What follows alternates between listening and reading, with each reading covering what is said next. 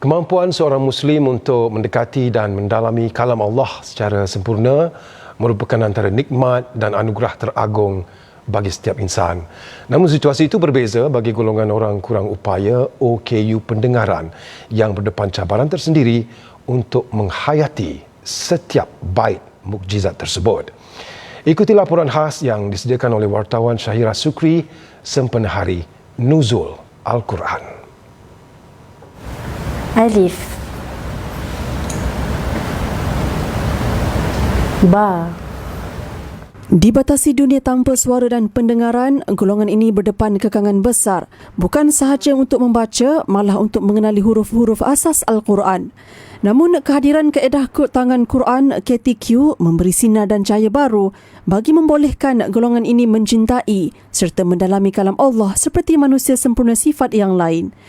Bagi Nordin Hassan, 60 tahun, walaupun hanya bermula pada umur 55 tahun untuk membaca Al-Quran, namun dia tidak malu untuk terus belajar kerana apa yang ditakutkan adalah persoalan Allah di akhirat kelak. Waktu umur saya berumur 50 tahun. Jadi saya mencari dekat mana saya boleh belajar. Saya nak belajar isyarat Arab yang boleh bantu saya baca Quran.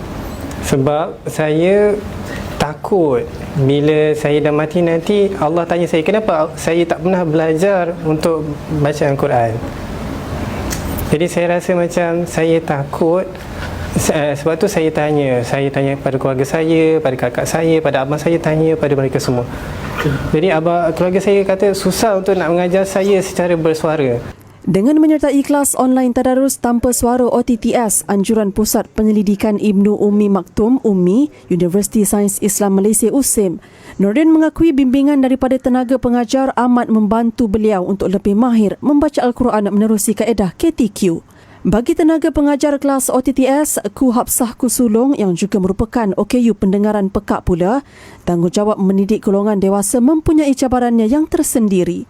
Okey je, mereka boleh faham tapi kena perlahan-lahan. Mereka komen okey tapi mesti perlahan-lahan. Isyarat saya mereka boleh faham.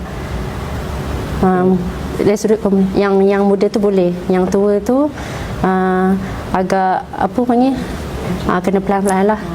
Boleh jadi lost communication juga. Katanya dengan ilmu yang dicurahkan itu, beliau berharap usaha murni itu dapat memperkasa komuniti masalah pendengaran sekaligus memastikan tiada lagi individu yang terpinggir daripada membaca kalam suci Allah. Sementara itu, menurut tenaga pengajar kelas Al-Quran dan Fardu Ain Kafa, pendidikan khas masalah pendengaran Pandan Perdana, Nur Syahidah Muhammad Saleh, ibu bapa menyambut baik kewujudan kelas agama khas untuk anak-anak pekak kerana memberi peluang kepada mereka mempelajari Al-Quran secara lebih menyeluruh, sesuatu yang sukar diperoleh di tempat lain. Mereka sangat gembira kerana ada tempat untuk anak-anak pekak ini belajar agama, belajar Al-Quran, lebih lagi Al-Quran lah, kerana di luar sana tidak ada kelas yang mereka dapat belajar Al-Quran secara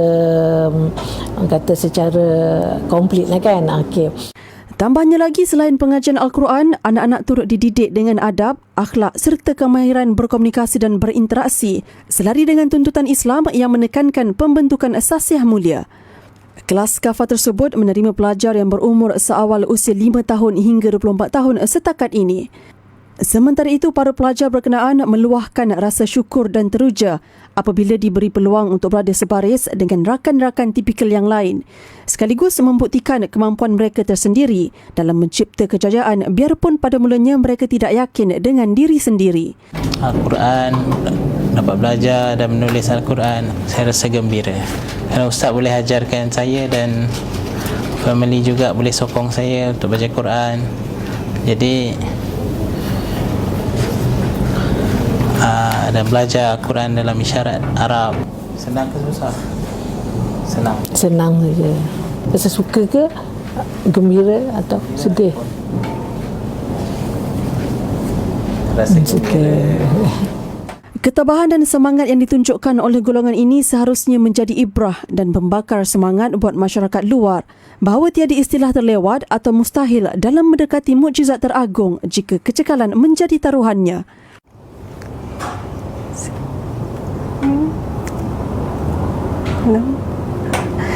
Baik, itu adalah isyarat tangan untuk perkataan bismillah, dan bagi saya ia amat sukar untuk mempelajari huruf-huruf tersebut kerana saya tidak mahir dengan bahasa isyarat. Namun untuk mereka amat mudah. Dan saya juga kagum dengan komuniti ini kerana mereka juga mampu untuk belajar Al-Quran menerusi kod tangan Quran. Laporan Syairah Sukri untuk Berita Al-Hijrah.